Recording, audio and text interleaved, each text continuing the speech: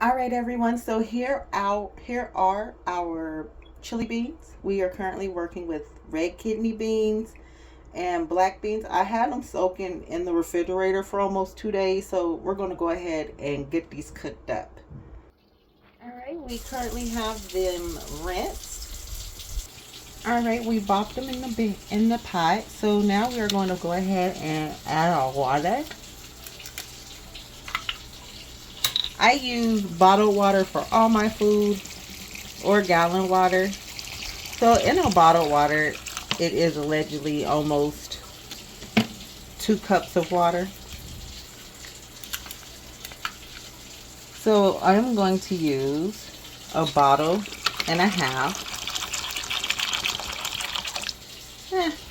It's only water. And we're going to go ahead and get these boiled so we can get the meat in.